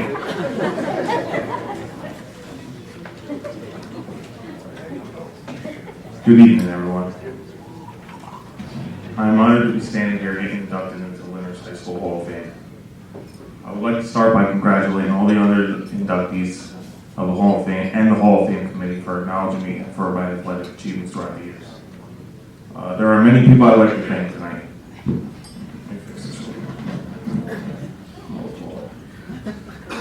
First, I would like to thank my basketball coaches, Coach Martin and Coach Radical. I am glad I had the pleasure to play for the both of you. They taught me the fundamentals of basketball and how to play team basketball. They made me realize it wasn't all about shooting threes and dunking the ball. And for that, I thank you guys. As much as I love being on the court, everyone knew my passion was on the field during the spring season. I would also like to thank the baseball coaching staff involved through my high school career. Coach Radigan, Coach O'Teary, Coach Rizzo, and last but not least, Coach Walker. I'll throw Rich Press in there because he's been nagging me all night. And don't think I forgot to mention the man behind all the success. Butchie, Butchie, Butchie, Butchie. If it wasn't for all those high pitch counts and all those back-to-back starts that I needed to pitch in, I don't think I'd be standing where I am at this very moment. I'm just kidding. But I can genuinely say that Coach Video was the best coach I've ever played for in all my years of baseball. He taught me so much about the game and always believed in me in the toughest situations. Without all you guys pushing us, our multiple playoff appearances and championship titles would have never been achieved. Now for my parents, my #1 fans and biggest supporters, Glenn and Janet Floor. They never missed a single game and equally shared in every accomplishment I achieved. My dad was always there to push me to go the extra mile after practices and games in order for me to become a better athlete. He would always tell me, "There's somebody working harder than you right now, just remember that." And that stuck with me my whole life. My mom was always there to drive me to practices and games and make sure I got there on time. And let me tell you something, that woman really knows how to get the dirt out of a uniform. Without the love and support I received from my family, none of my success in sports and in life would be possible. I love you guys. As I look back on my high school career, I can't help but to think about all the memories that were created. Lyndhurst Baseball wasn't just a team, it was a family. It's a tradition that will be carried on for a lifetime. I can still hear Butchie saying, "That a boy, the nuke Lelouch," while I was coming off the mound during games. And for all you those who not get that reference, go watch the movie Bull Durham. I will also never forget stepping up to the plate in the biggest, most important games of my life. The high energy and support from the fans and the team helped me hit those 2 walk-off home runs to get to the state finals. I feel like our 2008 state championship win really put this town and program on the map for one of the best baseball towns in the state. The coaching and guidance I received from this team gave me the fundamentals and skills and ambition to go on and play 4 more seasons in the collegiate level. Till this day, people will come up to me on the street and ask, "Are you Glenn Floor?" I will smile and laugh and say yes. They will then proceed to recap a memory that they had of me on the field. It's stuff like this that makes me so proud I was a part of an amazing program that helped me leave a legacy in the town I grew up in. Thank you again for giving me this great honor tonight. Go Bears. I'd like to reintroduce again Dr. James Carino to offer our closing remarks. This evening has been wonderfully nostalgic, indicative of the spirit of the community, and most important, it's providing another opportunity for families to celebrate with one another, with old friends, and to rekindle, renew relationships from years past. I want to wish all of you, inductees, family members, friends, and all who have been inducted in the past, all who's been involved in the Lyndhurst High School Athletic Hall of Fame in past years. I want to wish you all the best of health, peace, and continued success. God bless all of you. Drive safely. Have a great night. And we hope to see you again next year. Thank you.